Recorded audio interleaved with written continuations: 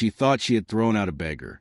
She didn't know she had just humiliated a man who once crawled to a field of burning shrapnel to save 32 soldiers from a bomb convoy in the middle of a foreign desert, alone, half-blind, and already bleeding.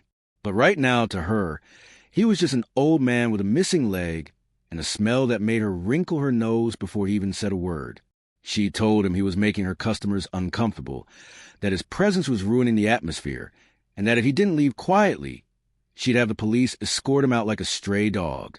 She didn't care where he went, just that he was no longer visible to the people eating inside. The diner, a small, brightly lit corner joint with greasy windows and laminated menus, had only a handful of patrons that morning, most of whom watched the interaction with mild curiosity and milder sympathy. But no one said a thing. The old man didn't speak much either. He simply looked down at his coffee cup, half full and already cold, and then looked up at her, his expression unreadable, eyes heavy like old stone, and voice barely more than a whisper when he said, "Yes, ma'am, I understand." He reached for the crutch that had slipped down beside the booth, pressed it under his arm to practice movement, and steadied his frame as he rose, revealing the empty right pant leg folded and pinned just below the knee. He didn't move fast, and no one helped him gather his things, because, truthfully, he had no things. Just a coat on his back, the cane in his grip, and the silence of a man who had long grown used to being erased. When he reached the door, the owner followed to make sure he didn't try to slip into the restroom or linger by the register. She muttered something under her breath about smelling like the streets and chasing away real customers, but the man gave no sign that he heard her. He only pushed the door open and let the cold air hit his face, the wind catching the frayed collar of his coat as he stepped outside and disappeared into the mist of a Tuesday morning no one would remember. Except someone did remember. An hour later, the parking lot trembled faintly beneath the tires of a dark vehicle that turned into a gravel lot with precise, measured force. The engine went quiet, the door opened, and a man in crisp military dress uniform stepped out. His coat was adorned with ribbons and pins that caught the sunlight like sparks, and his boots landed on the pavement with the sound of finality. He didn't pause to look at the sign above the diner or check whether the customers inside were watching. He simply walked forward with the posture of someone who'd given orders in war zones and buried friends with flags folded 3 times over. He entered the diner without removing his gloves, scanned the room once with sharp, calculating eyes, and said nothing as the chatter inside dwindled into silence. Every fork stopped midair. Every conversation fell off a cliff. No one moved, not even the waitress pouring coffee at the far booth. The air felt heavier. And then the man in uniform said a single name, Sergeant David Monroe. The name was spoken not as a question, but as a statement, a declaration, a title long unspoken but never forgotten. And then, just like that, he turned around and pointed toward the door. Outside, leaning against a lamppost with one hand and a cane with the other, stood the same man they had laughed at, ignored, pushed away. But now he was being escorted back, and no one dared say a word. The man in uniform didn't wait for permission to speak, nor did he offer an explanation for his presence, because some men walk into a room and carry the kind of weight that doesn't require introduction, the kind of weight built not from titles, but from sacrifice, loss, and an unwavering spine that never forgot how to salute a friend under fire. He looked around the diner, eyes locking briefly with every face that now stared at him like they suddenly realized a moment they were in might become a story their children would one day hear. Then his gaze landed squarely on the woman behind the counter, the one who had told the old man to leave.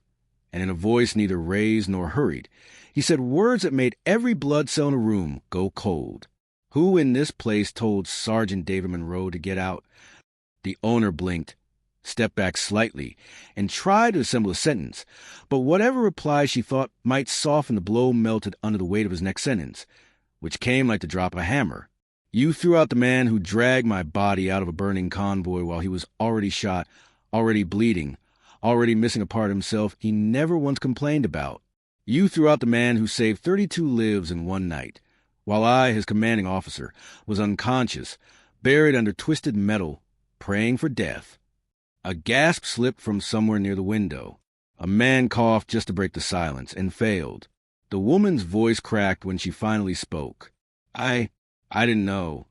And the colonel's answer was immediate, Cutting, not cruel, but made of stone. You didn't ask.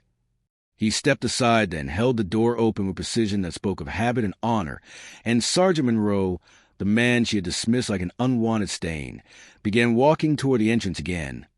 This time not hunched in shame, not limping in defeat, but upright in every sense that mattered. His leg may have been gone, but dignity had grown in its place. When he entered, the same bell above the door chimed again, but no one was laughing now. No one filmed with their phones. No one dared speak. The colonel didn't turn to Monroe. When he spoke next, he turned to the diners, the workers, the passers-by who had watched and done nothing, and in a voice colder than the wind outside, he said, "If this country forgets its warriors, it does not deserve the peace they bought." Then he looked at Monroe, not with pity, not with guilt, but with the raw respect of a man who once believed he would never open his eyes again, and said something that cracked the heart of everyone within earshot. "I would not be alive if it weren't for this man, and you treated him like garbage." The woman behind the counter covered her mouth, her eyes wet now, and as Monroe reached the booth he had once been thrown out of, she took a step forward, voice shaking as she tried to find an apology. I mean to..." But Monroe, calm as winter snow and just as quiet, raised a hand, not in anger, but in a gesture that said he had long since carried heavier burdens than her words. "You don't have to explain," he said, voice clear, steady, the kind of voice that had once spoken orders through radio static and gunfire. "I've been thrown out of better places. But I came here today for coffee, not pity." Then with a nod to the colonel, he sat down, same seat, same booth, only now surrounded by silence thick as a funeral. The colonel joined him without a word. Someone, maybe the waitress, maybe a stranger, brought 2 hot coffees and set them down with hands that trembled slightly. No one charged them. No one would have dared. And as the minutes passed and the men sipped quietly, something unspoken settled across the room. A shared understanding, a scar exposed, and a collective guilt heavy enough to change people. The lesson was simple. Heroes don't always wear clean clothes. They don't ask for discounts. They don't demand honor. But when the world finally remembers their name, everything else falls silent. He didn't want a parade. He didn't need the news crew that showed up the next day, or the photographs taken of him sipping black coffee with the colonel, or the sudden rush of diners who returned not for pancakes or omelets, but for the chance to glance at the man who had once saved lives in silence and had almost been erased in the same way. David Monroe never asked to be recognized. He never mentioned the medals, never spoke of the injuries, never even corrected people when they called him sir instead of sergeant.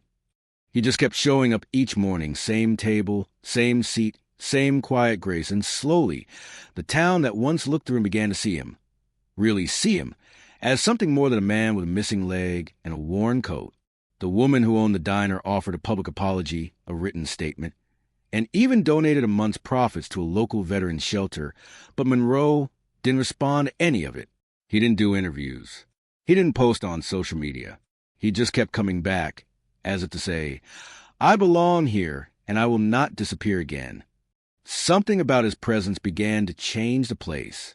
People started holding the door open longer. Teenagers helped older patrons cross the street without needing to be asked. Someone left a pair of gloves at Monroe's table one morning with a note that simply said, "Thank you for staying." One afternoon, about a week after the incident, the town council quietly installed a new plaque outside the diner, mounted onto a granite slab with brushed bronze lettering that read, "In honor of Sergeant David Monroe, for the battles he fought abroad and the dignity he carried at home." They didn't hold a ribbon cutting. There was no music. Just a handful of people who stood with hands in their pockets, eyes lowered, learning how to say something that had gone unspoken for too long. Monroe didn't speak that day either. He just stood in front of the plaque, read the words once, and then nodded as if accepting something not owed but appreciated. The colonel was there too, standing off to the side, arms folded, watching with the calm of a man who knew that justice doesn't always come loudly. Sometimes it just arrives, quietly. Finally, and after everyone left, after the street cleared and the snow began to fall again in soft, deliberate flakes, Monroe sat back down in his booth. Same as always. No one took photos anymore. No one stared. He was no longer a novelty, or a forgotten file in a dusty cabinet of history. He had become what he always was, part of the place, a man, a presence, a story that now lived not in silence, but in memory. The woman who had once thrown him out brought him coffee, without a word. But this time, she lingered for a moment before walking away. Then she turned back, cleared her throat, and said, with eyes that couldn't meet his fully, "If you ever wanted your name on the menu, sir, I'd be honored to call it Monroe's Brew." He didn't smile to please her, but the corner of his mouth twitched just enough to let her know he heard it, and that it meant something. And that was enough. Because real heroes don't need headlines. They don't seek revenge. They don't speak louder than necessary. They sit down, they carry on, and they let the world realize, on its own time, what it almost forgot. That strength can be quiet.